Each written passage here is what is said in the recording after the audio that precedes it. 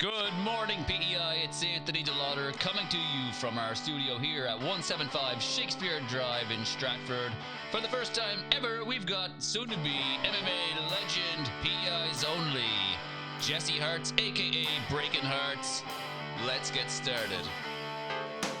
Jesse, how you doing?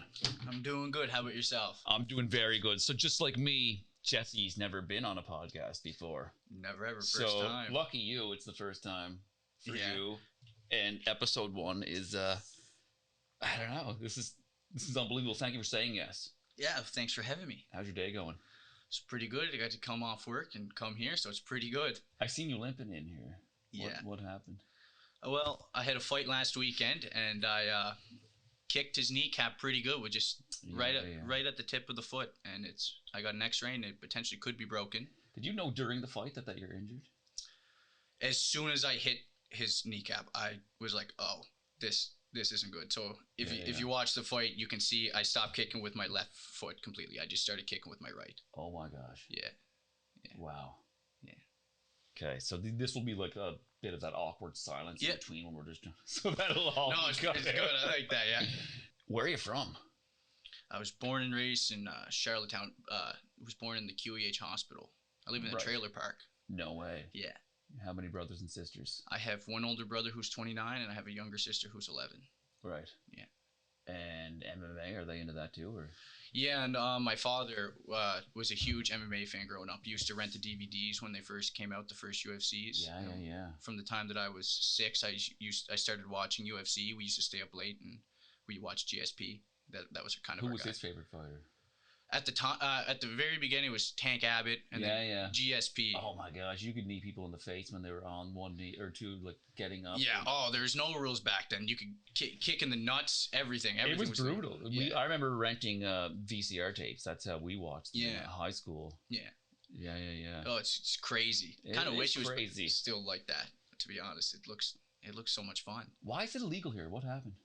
Or what didn't happen? I heard that there was a guy here that went over and fought, and he ended up knocking a guy out, and the guy had a brain aneurysm in the cage, and so they banned it. It wasn't here. It was a guy from here who went across to fight, and they were like, "No, we can't have this." Yeah.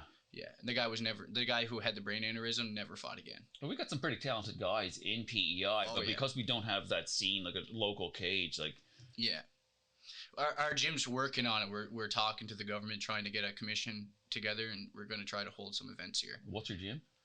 Island Kickboxing. Right. Yeah. Run by the one and only Lenny Wheeler. Yeah, he's incredible. Yeah, best fighter I've ever seen. How many fighters in there? I think there's about 8 of us. I'd say 8 to 10 of us that actually are training to fight. Yeah. Okay. Yeah. Crazy. Okay, so we're just going to get started. We're going to go back to like the beginning. Yeah. At age 6, you start. What happens? Who's pushing you into this? Is this you're inspired hanging out with dad, watching fights, and like I need to get into this, or? So I started out. I did gymnastics. I was very good at gymnastics starting out from the time I was like 2. I was in like what's it called? Like advanced direct, I think they call it. What's that mean? It's like an advanced gymnastics class for advanced what? Direct? Advanced gymnastics class. Okay.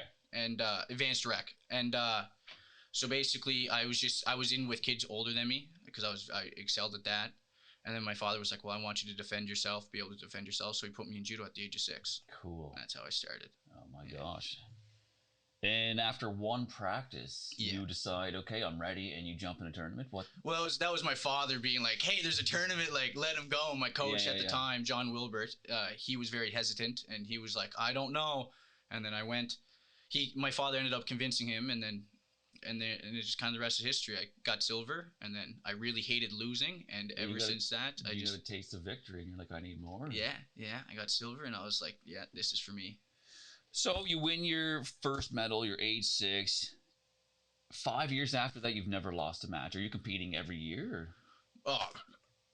40, 50 times, basically every weekend. We're traveling somewhere to compete. Wow. At that age, it was mostly the Maritimes, right? Because you're still really young, but like all around the Maritimes, every weekend, every second weekend.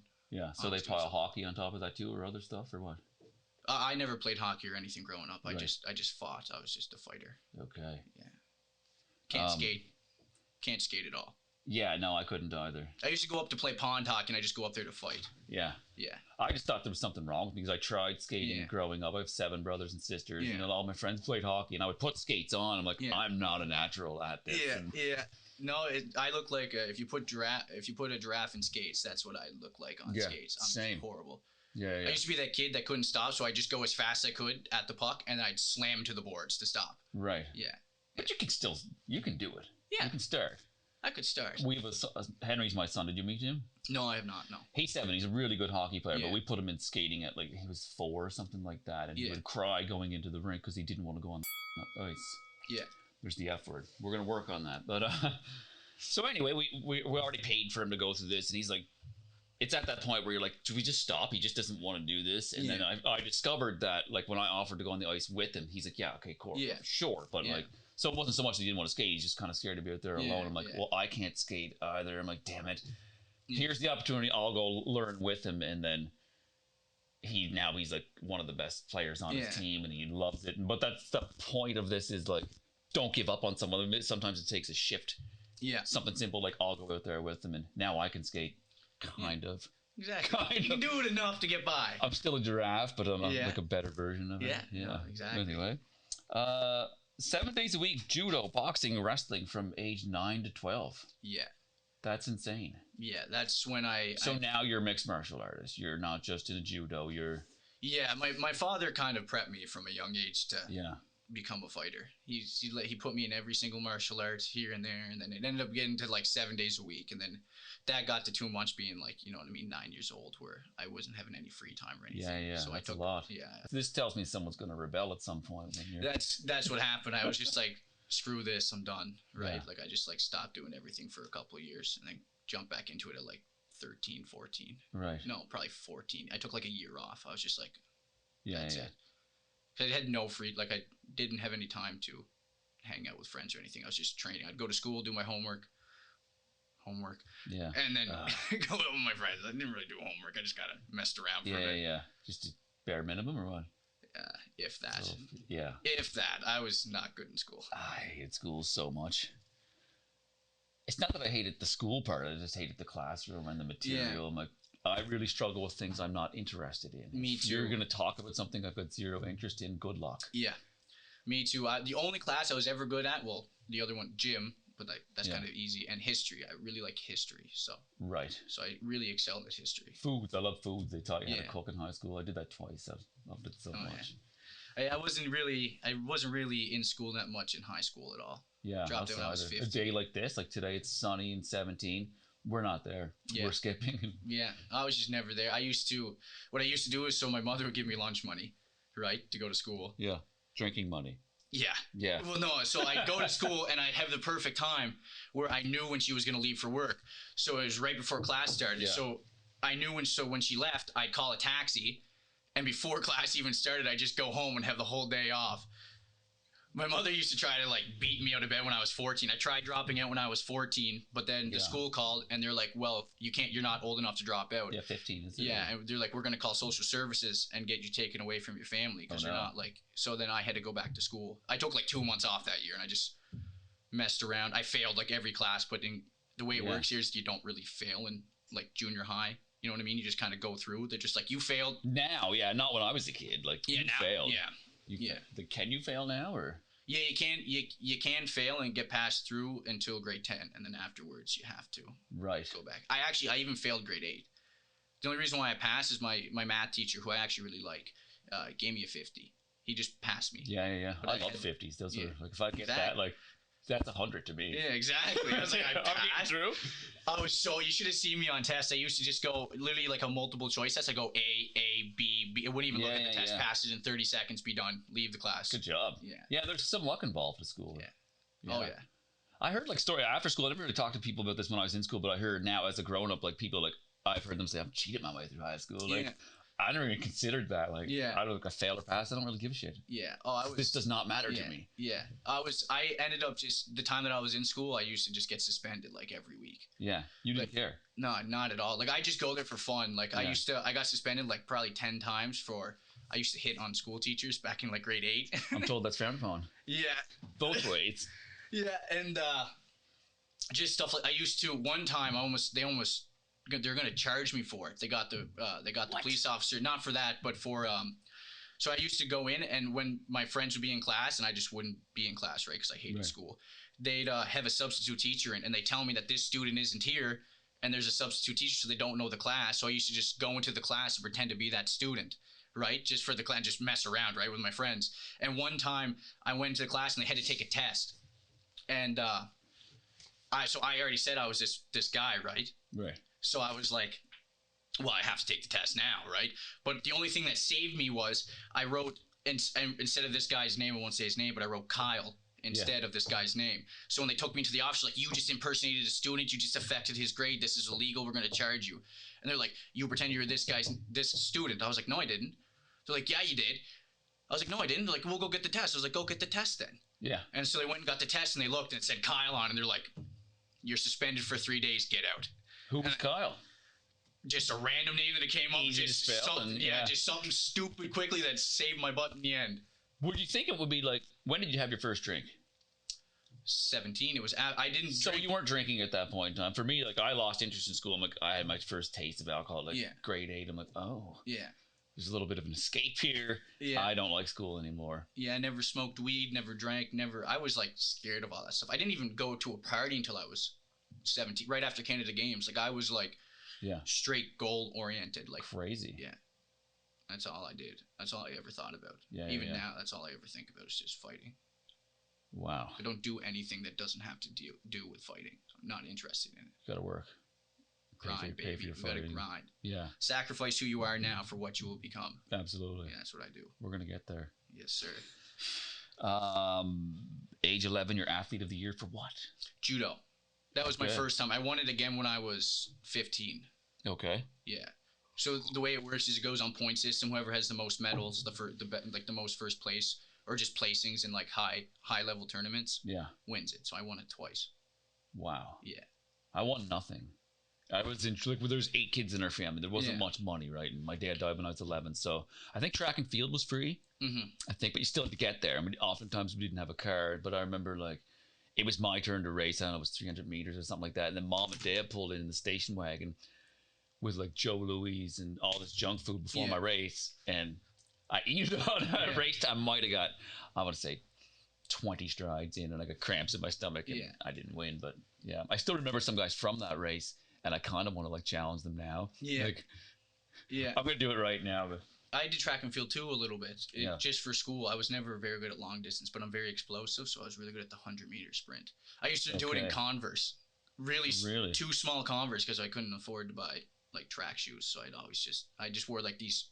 I bought these like when my mom bought me these Converse like 2 years prior, and when you're growing up, right, like you grow so much, every year your clothes don't fit anymore. But I slid my feet into them, and everyone was like, "Oh, what happened? Did you forget your shoes at home?" I was just at the time, and I was embarrassed. I was like, "Yeah, I know." I was like, "Oh yeah, I just forgot them, so I'm running in these." But it was like I still did good. Yeah, talk shit again. I'm gonna smack you in the face. I'll kill you.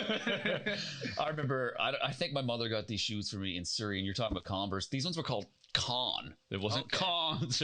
But I remember taking a marker and putting an S at the end of the Cons and wearing these were hideous. You could clearly tell that they weren't. Yeah. But whatever. That's life. And anyway. So age 15 now, you're competing at the national level for judo. Where's that? That was in that was in Edmonton, Alberta. Had you been on a plane before this? And no, I believe it was my first time ever on a plane. How's your nerves like for something like that? Like it's weird. Like it just feels so natural to me to compete. Like it's just in my blood because I've been doing it for so young. So I'm not like nervous to fight. I only find it like almost like the anticipation of it. Like I'm just excited to do it. You know what I mean? Just get it going. So as soon as we get there and I'm like cutting weight for weigh in, that's when I'm like, it's like the fight before the fight, and that's where I get like really like into it. Like I'm gonna kill these people. Yeah. What are we talking about? Okay, the fight before the fight. So my fight before the fight's way different than yours. My fight before, like real estate videos, that would be my fight, right? Like I put so much time and preparation into these. Like, I script these things. It takes a couple weeks, a ton of fucking research, like watching videos online, masterclass, reading architecture magazines, fucking name it, to make this all come together. And I'm still nervous when I go to the house. And one of the hardest parts for like and you've got your song. Yeah. Your song's your song. Yeah. Picking a song for a real estate video is like something that's nuts. We take that very seriously. Yeah. So on the way, film day, we usually know the song and I have that crank. So I know what character I want to be, similar to you when you're in the ring. You know the results you want, type of thing. And it's not a nervous thing, it's an exciting thing. And you're like, let's just get this going. And then when it's all done, I'm kind of exhausted. Yeah. And oftentimes, it's kind of funny, we'll get some epic houses, but by the end of the filming in each house, I'm usually like, I never want to see this house again, kind of thing. You put so much into it, and it doesn't take away how much I care for getting the job done for them, but it's kind of a strange thing. And so you like put so much into it, right? Like, do you walk people through too? Like, absolutely. I show houses all the time, and now with like technology and people buying from off on it, I'm like FaceTiming people, which is kind of awkward. Yeah. I don't know. Yeah. What was that like? Your first time ever like meeting somebody to sell a house? Was that insane? Yeah, it was insane. Like this is like before that, I'd worked in oil and gas in Alberta, so very behind the scenes. And nobody knew who I was, right? So the problem with real estate and sales is if nobody knows who you are, you're not making any money. You're not making any money. Your kids aren't eating. So I knew, like, just like what we're doing right now in this podcast, making myself uncomfortable. It's the same back then, right? You're not going to get the results without taking that action. And so I remember my first showing was a woman from Nova Scotia came over to see this place. No, she planned to come see it. Yeah. And she changed her mind at the last minute. I'm like, damn it. And I'm like hungry, like no gas, nothing. And And I remember thinking about it for a little while, and then time passed, probably an hour or something like that. I'm like, don't give up on her, don't give up on her. And I just sent her a text. I'm like, why don't you just come see the place at the very least? And she came, and she seen the place. She gave in. She agreed to just the tour, and then my energy and the place, she was sold on it. And that was my first sale. I'm like, don't give up. Okay, good lesson. And so still to this day, but but you're still learning. And that's pretty cool. It's pretty cool. Yeah. You grew up watching MMA. Yes. Who was your favorite fighter? My first ever idol was George St. Pierre. Mine too, still. Yeah. And then, so at that time when like I stopped for that year, I kind of got out of the sport, and then it was at the time that Ronda Rousey was coming up.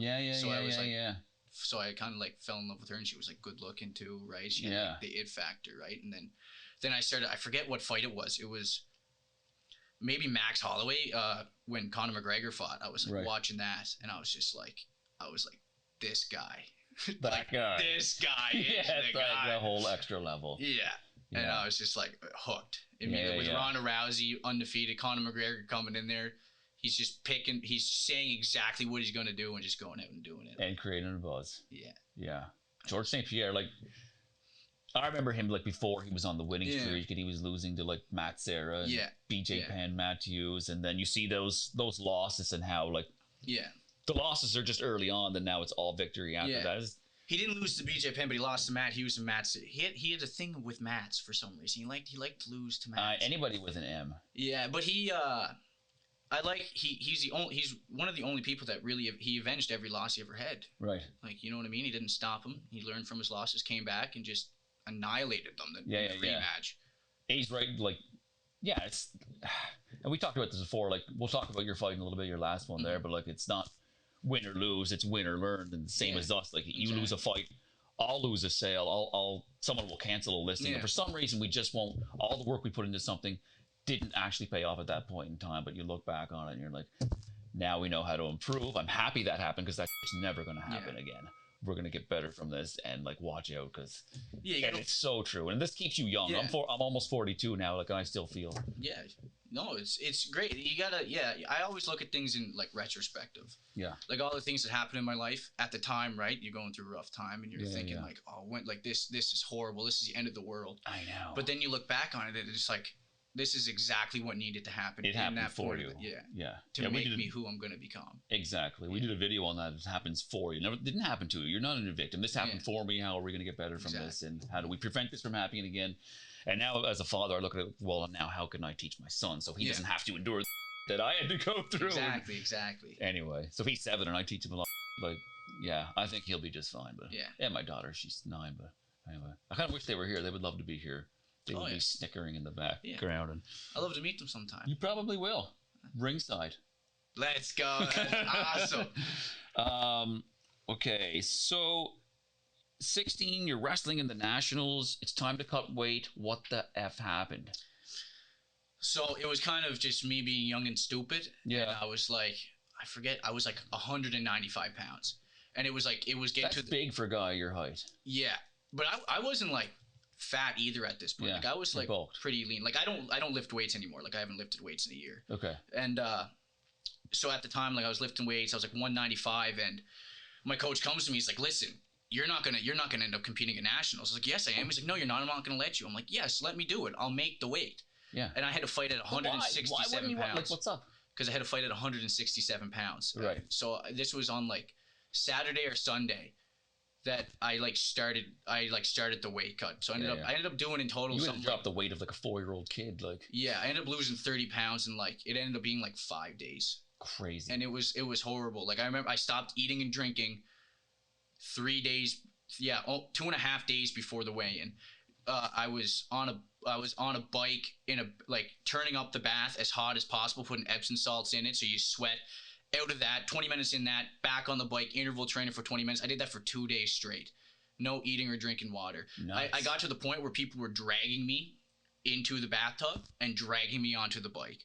I remember that is extremely laser focused for a kid that age. Oh yeah, that's insane. It really helped me with like just knowing that you can push way farther than you ever thought. Like it got to the point where I ended up like my bowels shut down. Like I urinated and pooped myself in front of everybody, which was embarrassing. And I was on the ground. I couldn't even stand up. Anyway, I couldn't do any more.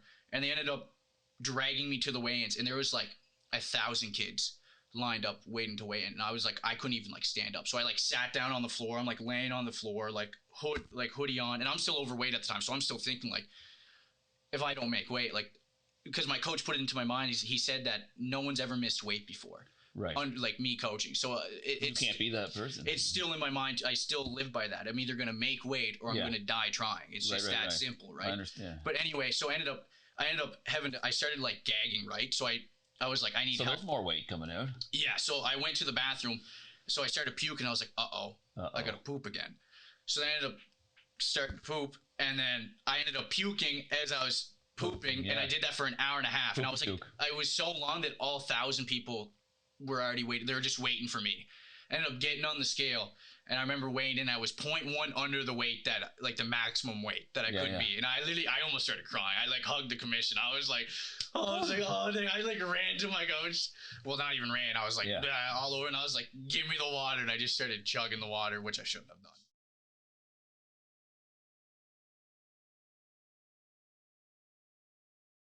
So how soon after weigh-in his fight? The next day. Man. Mm-hmm. So you have probably, actually with them you don't even have 24 hours. You probably have like 18 hours with the wrestling. Okay. And that was the worst performance I've ever had in my life. Yeah, you're exhausted and burned out from that. Yeah, like I had nothing. I got teched, it's called, which is like 10-0. It's basically a mercy rule.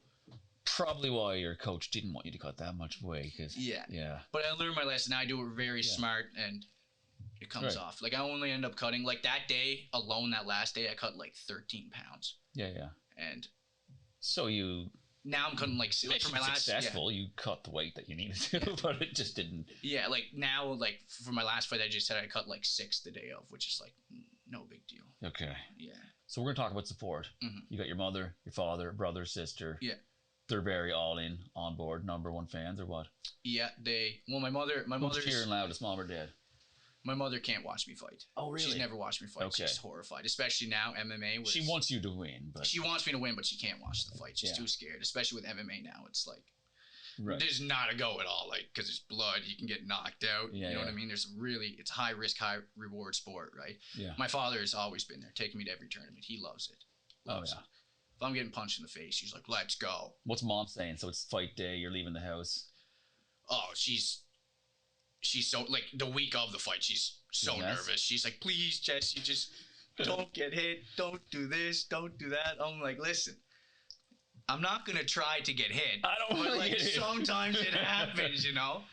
So it's just like, I just calm her down. Be like, listen. And she believes me, right? So when I say, like, I'm going to go out there and, like, do what I said I'm going to do, she's like... But she's just being a mom. She wants her boy to be safe. Exactly. Where Dave's like, kill him. Yeah, my father. Did he come to the last fight? Yeah, he was there. So was my brother, and my sister went too. That was her first time ever. Did you drive over with them, or? No, I'm with my team. Okay. All outside noise is shut off. Right. Yeah, I'm not really on my phone too much. Like, I'm just laser. Do you see them on fight day? No. I stay away from everybody. Like, really? Yeah. I would want to be in the room with my son. Yeah. Before the fight. Yeah. For me, there's just distraction. Yeah, just a distraction. Okay. Yeah. Sports growing up, just fighting. Like I said, so I did a bit of gymnastics. Yeah. And then I actually was a soccer player. Yeah. I did some track and field. Okay. And that was just fighting. Just fight. Just do what I like to do. Yeah, I just played soccer in the summer because at the time when I first judo would like stop in the summertime. Yeah. What about golf? You get into that? I played it once. I can smash the ball. Yeah, right. Yeah, but I can't. There's no direction of where it's going. Yeah. I've only played once, and I was also hammered when I played it. Yeah. That's usually what happens. But that's the fun part about golf. Like, I know. Never take it seriously, but like it's just so much fun. You just get really drunk and you just drive a golf cart into a tree sometimes. And Yeah. I don't even drink anymore. And it seems like the last few times I went out golfing, it was like, no, we're actually just drinking and we're going to play some golf while we're drinking. Yeah.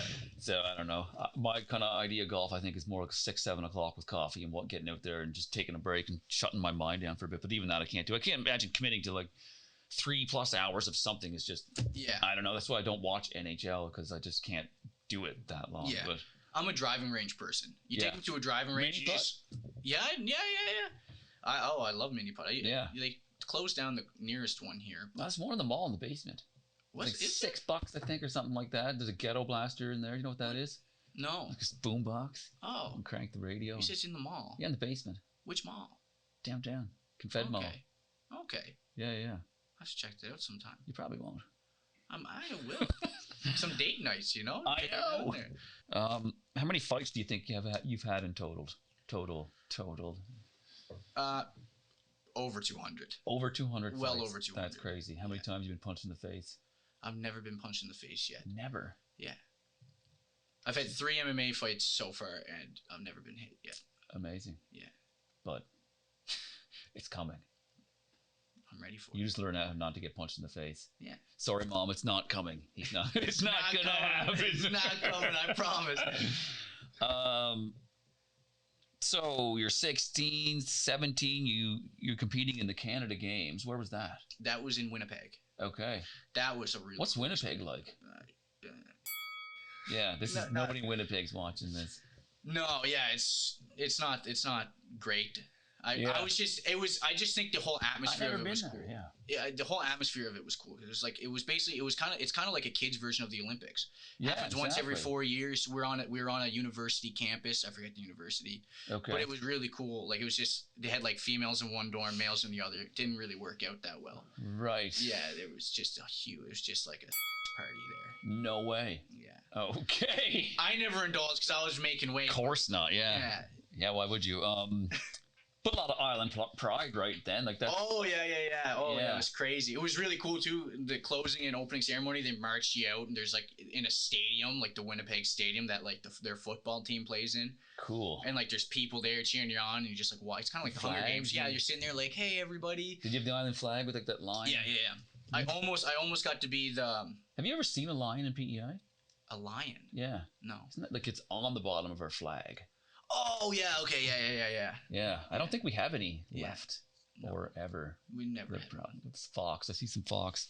Some red fox. How'd you do? Canada Games. I came 4th. Wrestling. Yeah, crazy. 4th, yeah, some damn good wrestlers in Canada. Yeah, I was the highest placing athlete ever for PEI. No way. Canada, yeah. Something happened when you're 17. You start getting thirsty. What's up? I just spent my entire life just now it's time focused on that goal, and I'm very goal driven. Yeah. So like that was like the end goal right at the time. I'm going to enjoy my life. Right. And then I'm very bad because I'll take everything to the extreme, right? Right. So whether it's training, right, that's all my focus is on. But now that I don't have that, I'm like, well, I'm going to try partying, and then it was. But you know what it takes, right? You've had the results, right? You don't want to lose, and and then I took that to the extreme on the other side, and then I started just partying and drinking. I started smoking darts every weekend, breaking some hearts. Yeah, just not the good stuff. Yeah. See, this is like me and my buddies. That's like what our circle did every weekend. Yeah. Like, oh, I went hard. I know. Anyway, yeah, I don't drink anymore, so. Good for you. Only, I'll have a couple sippy poos after a sippy big poos. Fight. Yeah. Was that a martini or? No, moonshine. I'm a moonshine guy. You like moonshine? Yeah. No, you don't. Nobody likes moonshine. I do. That's the only thing. When I started drinking, like I said, I'm an extremist, right? So I hate drinking, but I like being drunk. So I went right to the shelf and got the hardest stuff I could find, 75% moonshine and off the shelf. Right. See, I like both. I like drinking and being drunk, so it was like the perfect storm. I don't like the taste of any. Well, I've trained myself to like moonshine, but I can't drink beers. It's too much liquid. Yeah. Like I'd rather just get the job done. Here's a quart or a pint. You definitely don't smoke now. No. Did you like smoking? Yes. I love smoking cigarettes. Yeah. Still, like I quit ages ago, but like. Yeah. Do you know what a wacky give me bowl one is? right now with this coffee. Do you know what a wacky bowl is? So do you have any? No. Let's try. Just you take a bong, right? Okay. And you just put tobacco in it, just straight tobacco. In the bong. And then you just rip it.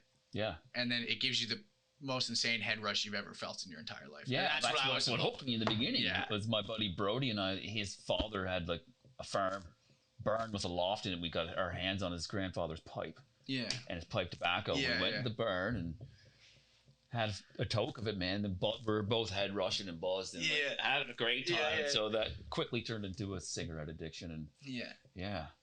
What got me off like smoking cigarettes was just like I was just like, well, there's no point of doing it anymore because unless I just put it in the bong, I'm not getting a head rush. So why am I just sitting here, you know what I mean, smoking to smoke? Because they're delicious and they're soothing and it's like a ceremony, man. And that's why. Well, that's how I got my brain out of it. I could sell a lot of them, I think. Yeah. This is the many benefits of smoking cigarettes. So was there out of the ring fights though, like street fights? The closest time I ever really had, I remember one time going to a Bluefield party, and they don't like, I'm from town, right? So they don't like townies. But I never went to high school, right? So I never understood that dynamic of like why. So I was like, we went to this field party, and I remember we were all chill with them at the time. Like I was smoking cigarettes, and we gave them all cigarettes, right? And they're all cool. And it was just me and my friend there. Just me and one of my buddies. And I had other people there, but they ended up getting scared because they didn't like the atmosphere. But I was like, you're stupid. What could happen? So they went back to the car, and it's just me and my friend who's who's not a fighter. Yeah. And so we give them cigarettes, they're all cool, and all of a sudden we see them start bunching up behind, like group of like 10 of them. Yeah. Right? And I don't know if you know about like country boys, but I grew up in the country. Yeah, you guys can be crazy, right? Yeah. So they were like, they turned around, they said, get him. And who's him, you or me and my friend? They're like, get them. And they had like sticks and broken beer bottles, and they just started running at us, and we were like, nah, this is not. We just turned and just ran. You got really fat. Yeah, really fat. You're not fat now, obviously. No. We've seen some pictures on social media. We're gonna put them on the screen for people to see. Yeah. Do you mind if we do that? Yeah, no, go. It doesn't matter. We're gonna do it anyway. But screw it. 250 pounds. Yeah. How do you get to that point? Like. Partying, just not taking care of myself at all, like just you're an extremist. Yeah, extreme. What does that do for your confidence? 250, getting up, looking in the mirror, showering, drying off, like it was just like disgusting. I was just like, wow. I started getting stretch marks on my stomach, and I was I went from like this athlete, and I was supposed to like be this like MMA fighter, like my dreams, and I was just like, then it was just like to nothing, right? Probably your dad's dreams too for you, right? Like, well, he'd support me with whatever I'm doing, right? Yeah. But he definitely. But like he's seen that dream go out the window. Yeah, he used to always talk about it too. Every cheeseburger and French fry and every dart I was smoking. What are you eating? Who's feeding you? I was feeding myself because I was working at the time, so it'd just be like fast food. Where? My favorite was Subway. I used to eat there like 5-6 days a week. Ever been in the Slammer? You're out drunk drunk in Publix? Yeah. I beat up a guy one night. Yeah. And I got an assault charge. Ooh. And so I got 15 days in jail. That was like the real turnaround. Okay. That was like where like the real turnaround happened because I went in there and I was fat. Yeah. At this time I lost some weight. You know what I mean? I started going back to the gym but still eating like a slob. Right. And so I was probably like 225, 230 then. How'd you get in jail? What happened? So you fought this guy then next day? Just drunk. Yeah. Just drunk, being stupid, ended up fighting the guy, broke his arm.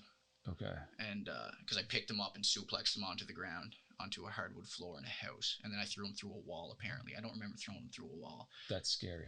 Yeah, and then, so I woke up, and I remember joking about it, like, oh, I'm probably going to go to jail, and then, that Friday, because it happened on a Saturday, and then the next Friday, the police called me, like, hey, could you come down to the police station? No. So then they said, you're being charged with assault. Took me back into like I don't know what the room's called, where they question you. And I was like, lawyer, I need a lawyer. I'm not saying anything. They were really friendly. And then I got my mugshot, fingerprints, went to jail for 15. I got a 15-day sentence here. You serve 2/3 of it, so I served 10 days. I don't want to say like you deserve that, but you needed that. Yeah, right. Exactly. We talked about that earlier. It happened. Yeah. They'll happen for you. These so perceived bad things. Exactly. Luckily, that guy did what he did. Yeah. And now look where you are. You're not 250, obviously. And yeah, no, that was real, because I remember being in there, and I remember going to the gym one of the days, and I was just hitting the heavy bag, and everyone was like, oh, you're a fighter. And I thought in my brain, like, oh, here we go. Like, someone's going to try to prove something, right? Because that's every jail movie I've ever seen, right? That's how they are, and that's what people say. Yeah. But they were all, like, super friendly, like, hey, like, hold the mitts for me and stuff. So I held the mitts for them. And I had this one guy, he was just like, man, what are you doing in here? Like, you have a bright future. I saw you hitting the heavy bag. Like, why not just go do it? Like, I was like, yeah, you're right. Like, yeah. I don't know. Like, this just, everything led up to it. It's like the drink and the party. And I was like, I don't want to live my life like that.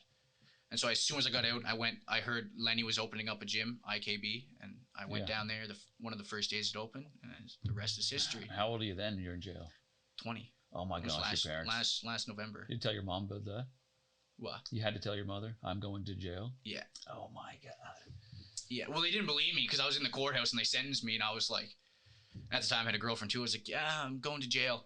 And they're like, yeah, shut up, whatever. And I'm like, you're going right from court to jail? Yeah, they take you right back. Oh my God, Sleepy Hollow. Yeah, and so they literally, I was like, they're like, you're joking, like, we're coming to get you. I'm like, no, they're taking my phone, goodbye. Yeah. And they're like, I remember the last message, they're like, what, in all caps, and then I was just gone.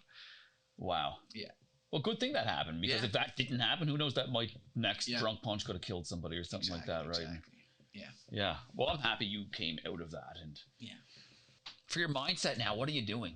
Are you into, like, are you researching? Are you watching fights often? Are you? Yeah, every UFC fight night. So basically, almost every weekend, I'm watching fights. Either in boxing too, Bellator, ONE FC. I'm just like watching all of them. IKB get together and watch fights, or? Yes, yeah, we do. Yeah, we do sometimes. Yeah. I watch like a lot of like mindset stuff. I'm reading a book, The Secret. Oh yeah. Like the Law of Attraction. Yeah, because I fully believe. That's a good read. Yeah. For guys like you and me. Yeah. Who aren't big on vocabulary. Yeah. I found out I didn't have to Google too many words to see what they meant. Yeah. I just read another one, The Art of War, it's called. I heard about it in a lot of podcasts. It's about like Chinese military, like 500 BC. Yeah. And I'm like, E equals MC squared. I'm reading all of this. And anyway, I'm so happy. It was a victory for me just to get through that book, because oftentimes in my past, I would just get like 2/3 through a book. I'm like, yeah, man, I just want this to end. But like, you'll get one sentence out of the book, or maybe a paragraph or whatever, that are like, that's the nuggets in it. The majority of the books are usually like garbage, but it's just, there's a few things in there that you got to sift through that are good. Yeah. Kind of like Value Village when you're looking for that right shirt, right? Exactly. I have no idea. I've never bought one there. Oh. Is that where that shirt's from, or is that? No, I bought this one online, but I do shop. Africa. It's very tribal. Yeah. I buy a lot of like Hawaiian shirts from there. That's not Hawaiian. I think it's an elephant. Are there elephants in Hawaii, Riley? I feel like definitely not. I feel like that's how would they get there? Definitely not. What a weird place. You ever look at the map and where Hawaii is? Why the is it there? Somebody could have brought elephants though. It came from like volcanoes, didn't it? Got horses in North America. I think they came over on a boat. Well, you ever hear the story? Pablo Escobar brought hippos into Colombia. They're never there, and now they're overpopulating. They're like eating. Really? Yeah, and they're thriving there, better than their own habitat. Hippos into Colombia? I didn't even know. Yeah, he bought like 8 hippos or something like that, or like 2 hippos or something like that, and then he ended up dying, and the government was just like, we're just gonna leave them, and they ended up like breaking out and just like wandering off into like these like rivers and stuff, and now there's like 40 or 50 of them like running around, and there's like, it's a huge problem. Wow, it's crazy. It's like the moose in Newfoundland. They weren't natural over there. Someone brought them over, and now it's like, oh my gosh. Yeah, we used to have all that stuff. We used to have bears and stuff here. We killed them all off years ago. Yeah, nice to get them back. Yeah, well, I heard every once in a while, the wilderness, like in the wintertime, they walk across and they will end up shooting them. I don't know how true that is, but I've heard that rumor. Like they just walk across. Definitely a rumor. Yeah, definitely. I seen a whale the other day. Did you? I think. or a shark. I don't know. I was by the water at this lighthouse out east, and I just seen the fin come out of the water, and then but it didn't come back out. I was waiting to see it again, but it was definitely a whale. That's pretty cool. I've always wanted to see a whale. Never seen a whale. Go to Cape Bear Lighthouse. That's where I seen it. Okay. It's beautiful down there. Okay. I love that whole South Shore PEI. I only saw my first seal like a week ago. Have you been to Montague? Not like overly. Like I go blown away. Like how many people I've met in Charlottetown who have never been to Montague. I'm like, what the? It's like right there. It's like they're like, no, it's like an hour. No, it's not. Yeah, it's like 20 minutes, 20, 30 minutes. I don't know why that weirds me out, but I used to go horseback riding up there in Montague and kayaking, and I worked up. I did a job up there. I was painting the town hall up there. You ride your horse in to kick people in the face with the case of beer, and I could. That'd be a good walkout. That would be a good entrance, wouldn't it? Turn some heads. You would never be forgotten. So, what are you doing? You're reading podcasts. People. What are the people like in your life? Do you find like you've eliminated some? You're so focused on. Oh yeah. Like I go, like I love the like. I call them the boys, like that I grew up with, right? But like when I'm in training camp, I just focus on. I just have a very small circle around me. Like it's basically just my girlfriend and my fight team, and I just listen to their input, what they have to say, and I'm just very focused. Just a small circle. Keep it small. Absolutely. Yeah. And the right people. The right people. I need people with similar mindsets to me. You know what I mean? That like understand that like what I'm doing, like what it feels like to get into a cage, the mindset you have to have. Because if you have other outside people, they don't know. Right. They don't know what it's like to get in there. They can never understand what it's like. Right. Yeah. There's the Jim Rohn quote, and it's so famous. It's you're the average of the 5 people you spend the most time with. Yeah. If you're with 5 drunk people, you're going to be the 6th. Exactly. If you're with 5 broke people, you're going to be the 6th. It's just the way it goes, and that's one that always stood out with me. And what's training and diet like now? Are there days off or? Not really. I kind of just have like I can't let like my brain won't let me relax until I do something. Right. It could be small, like even if we don't have like train, like we usually don't train on a Sunday, right? Okay. So we train Monday to Saturday, but on a Sunday I'll still go and run my 5K. Usually we do. So my day looks like I'll wake up at like 6, go to work, get off at like 4, go home, eat a snack, go to training. Okay. So I train. I'll do like a kickboxing class for like an hour and a half, and then an hour jiu-jitsu, and then I go and run a 5K. So I usually train for like 2.5, 3 hours a night. I do my abs every day too. That's a mandatory 7 days a week. You do your abs? Yeah, like ab workouts. Okay. You just keep training them. I don't have abs. Me neither right now. I kind of. I'm almost 41, but this last week of just eating some ice cream. Now I'm back on the diet, and like the diet, just lots of meat, protein. Yeah. Once you're in shape, once you're like in like good shape, you can basically eat anything you want. Like within, you know what I mean? Like if you're really craving something, have some, you know what I mean? If you want ice cream, let's say, because that's my kind of thing. I love ice cream. Oh, I love ice cream. Just, you know what I mean? You've been to What's the Scoop next door here? No, I painted that place. No way. Yeah, I painted. Good job. Thank you. Crazy. You should get free ice cream for that. No, I actually took a picture of it. Oh, okay. Yeah. You have to get. Their dipped cones are insane. Okay. It's like Belgian chocolate dipped. Yeah. There's like a salted caramel, sea salt Belgian. Yeah. Is it better than Jules? Yes. You think so? Because that's my all-time favorite. No disrespect to anybody. This is just personal preference. Yeah, personal preference. My father's from Belgium. I don't know if the chocolate Belgian connection. I don't know, but yeah, man, you get one of those chocolate dip cones, have a smoke afterwards. You're having on. But honestly, do you get your bang for your buck? Is it good proportions? Absolutely. Okay. Absolutely, and they got more options than Dairy Queen. They've got like their own version of Blizzards over there. Okay. I want a free ice cream for all this shout out too. No I'm kidding. What's the scoop? You heard. You heard it here first. No, you didn't. We're gonna get into your last fight now. You just came back from Moncton, was it? Yes, Moncton Coliseum. I fought in. Yeah. Okay. Your opponent, Luc de Saint Croix. We'll go with that. Yeah. We didn't talk about the fight yet. I didn't watch the fight. Nothing. I had planned on getting it the Monday after, and I remember I wrote you that night and asked you how the fight won. Went in. I lost. Yeah, I lost. It happens, man. Yeah. I made an error, and no, you learned a lesson. Yeah, I made an error, but I'm going to correct that error, and I'm going to come back better and stronger because of it. I know, it's insane. It sucks. You got to lose. You have to lose, and you just get better at not losing from all those in the beginning. And I did like it was just like a weird thing because I was destroying him. Yeah. I was destroying. He didn't hit me. He didn't punch me once in the face or kick me or anything. You clocked him with one good one. We listened to an interview this morning and they talked about your fight and the guy's like, I think he gave him one good one. But I robbed. That's what happened. So like I kicked his leg. His leg was like flying and like I could tell he was hurt just with everything I was throwing. He was terrible. Right. I was expecting him because in the fight that I watched, I was expecting him to pressure me. Okay. But I think all like the trash talking I was doing leading up to it, and when I got in there, like he didn't pressure at all. Like my whole game plan was just to meet him head on, but he just started to back up. Right. And so I just remember I was like leg kick. So you're connecting. Yeah. Oh, perfect. Yeah. And then that one where I hit his kneecap with my foot, and then I switched it to first the right. round or yeah. This was all. It only was a first round fight. Okay. And then so I switched it to the right. I kicked him. And he circled out because I was back. He was against the cage at that point.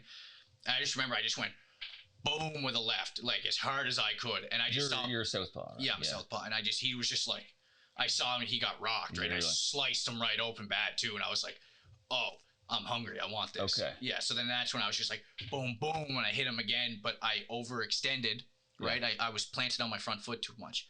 And he clinched up. No. And his whole game plan was, because he's a jiu-jitsu guy, right? He's a ground guy. And he likes to drag people down.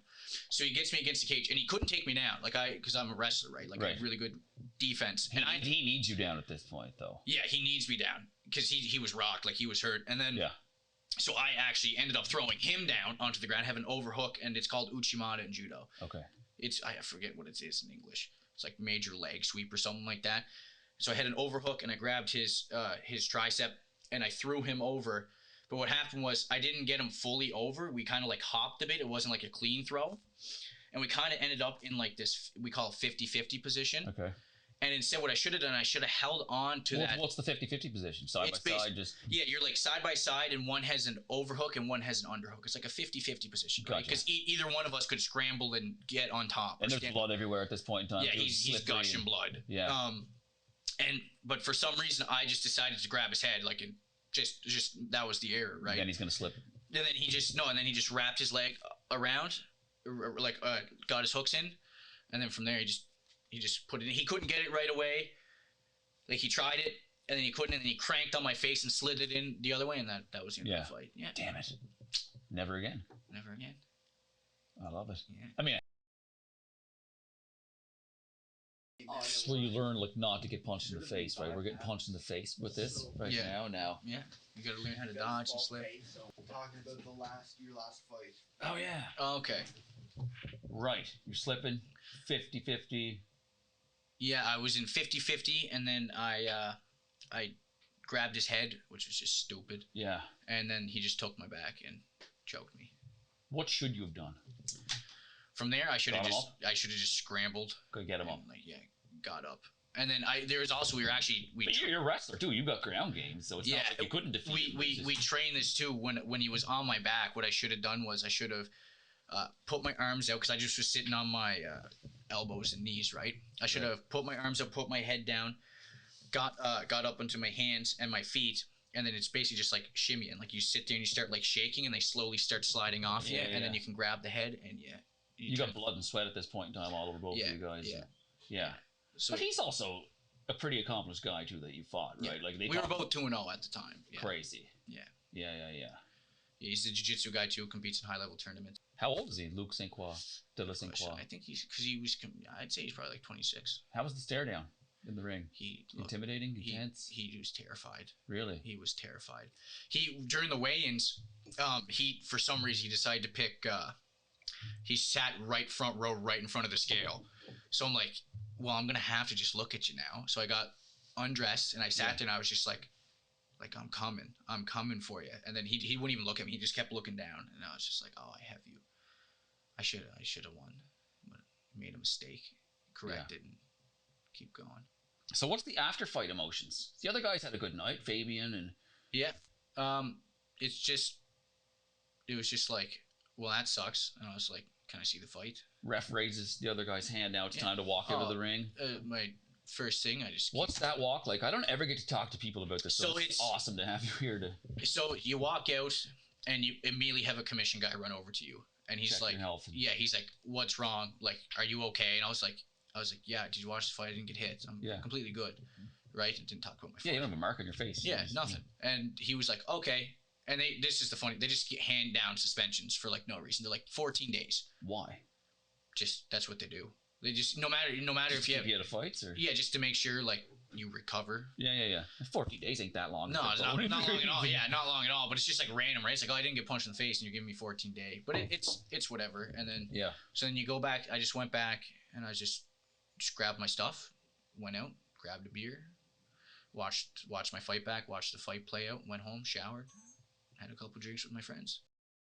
We were talking about after fight emotions, and so all the other boys were fucking riding high, drinking. Yeah. You're like, fuck. Yeah, so like I said, you get out of the cage, the commissioner comes right up to you, and he gave me a 14-day suspension. They kind of like check you over, and you go out back, and you get, because you're taped up, right? So your coach just cuts it off, and then you just kind of free to do whatever. So I just packed up my stuff, went out, grabbed a beer with my friends, and you're happy for them. Oh, of course. But like, or are you more like, I can't believe that just happened? Well, obviously I'm like, that sucks, but I'm happy that everyone else from PEI performed. So are you kind of like, too, like, I can't wait to train again. I can't wait to That's exactly. It's like if there was a gym like right here, I would train again. Yeah. Awesome. Yeah, it's bittersweet. No bad blood with the other guy, Luke. Oh no, it's always like you like. I know that. You talk trash. Yeah. You get in there, right? And it's like the perfect thing, because like other sports, right? It's like, oh, you might be throwing a basketball in a hoop. Right. Well, this one you're literally getting in and fist fighting somebody. So like, what bad blood can you have afterwards? You know what I mean? Like you literally can settle it the most you can settle it. So it's like the bad blood's fun for the hype of the fight. Exactly. I love that. Yeah. Scheduled to fight again? Where's that at? May 27th? May 27th. Again? Where? Yes. Nova Kickboxing. It's in Nova Scotia. Okay, it's a kickboxing match, not MMA. Yeah, this was just kickboxing. It was. I knew the mistake that I made, and I wanted to get right back in there. I tried to get on the FLA June 11th card, but they were already full. Okay. And so I took immediately the next thing I could. Who were you fighting? Fighting Matt Ramey, his name is. Okay, what do you know about him? He's 0-1 in kickboxing. That's okay. How old? He's 23, I believe. Okay. Yeah. And but also before that, I just got on my phone word that I'm going into a jiu-jitsu tournament on May 21st, so like the week. Okay, so you're not just MMA, you're whatever you can get your hands on. Oh yeah, especially amateur. I just want experience in any form. Come one, come all. That's my right. That's no, my mentality. You know what I mean? Come one, come all. Absolutely. Your next MMA fight, we've seen this on Instagram. We all seen it, and we got to go laugh at it. Yeah. Brett McPhail. Yeah. Nova Scotia's Brett McPhail. We couldn't find anything on him. We went online. He's has he been in the cage or? I don't know. I don't know anything about it. So where the heck are you guys finding each other? He commented on the FLA post showing the highlights of the fight. Okay. On Instagram, and I saw it, and I just said that I was going to hit him so hard I'd knock all of his goofy tattoos off his face. Right. And then Instagram deleted it because it hurt the feelings of the head people, and then he thought that I deleted it because I was scared. Right. So he made a story. Yeah, I seen that. So then I was like, well, now it's on. Yeah, well now I'm just gonna come back at you. Is he a fighter? I don't know. Oh. Just he said he wants to go with me in a cage. So yeah. I don't think he's an MMA fighter. I guess we're gonna find out September 30th. He's pretty good at tattoos though, and yeah. And besides the one on his face that he scribbled on. Yeah, I didn't look at his own, but you should see oh my goodness, like he is one goofy looking fella. I'm not dissing this guy either, just to be clear. I don't know anything about this guy. Am. You can, yes. Yeah. Brett McPhail, you are a. Are you Brett? I don't know. We'll find out. He is. You know, you ever see? Do you have a match with him or what? Like, not yet. No. What are we talking about September for? He said September. I said September. It's a nice month. It's not too hot. It's not too cold. Yeah. Yeah. That's when all weddings should be. Yeah. Have you been married? No. Are you? Oh no. No. We're going there. I'm not getting married. Yeah, it doesn't happen too much anymore. No. What is it? It's like 50% now. I have no idea. Some like crazy high number. I don't see why you put the government in place that it's like, oh, you guys want to separate? Well, ask the government if you're allowed. It's like, I don't want to be with them, so why the do I have to go to court over? Not to mention like the wedding and how expensive it is, and not that there's a problem with it being expensive, but you're still paying for that after the wedding, and I don't know. Plus, if one side makes a lot of money, you guys divorce, then somehow they get half of it, and then so if you don't sign a prenup before, then you're kind of screwed. Never been married myself, but I always struggled at weddings too. Like I have a little bit of anxiety in quiet places with a lot of people. So like the thought of being at the head of all that, no thanks. I like the dress up part of it though. Yeah, I like dressing up too. Yeah, we grew up kind of like poorish, and it feels good to be able to afford my own clothes now. And yeah, Rocky. You watching Rocky movies? Your dad definitely did. Grew up all of them. Yeah, I love those. There's probably my favorite series of movies of all time. Favorite one. That's a tough one. I really like 6 because of like the legacy of it, but I also probably my favorites too. Ivan Drago, the Russian. Yeah, like that's They're all good. The only one that's bad is 5. I don't like 5. Who's 5? That's Tommy Morrison. Yeah. Street Fight. No. Yeah. Or is that 4? 3. Yeah. No, 4 is Ivan Drago. 5 is in the 90s with Tom. You said Tommy Machine Gun. Yeah, that was a horrible one. Do you remember the saying in the street when they had the street fight and Tommy thought Rocky was beat? What? I'm gonna do my best here. It's gonna be shitty. Hey, Tommy, I didn't hear no bell. When he thought he was out, he comes back and beat the shit out of him. Yeah. I don't do movies like that anymore. No. The 80s was awesome, and the 90s for movies.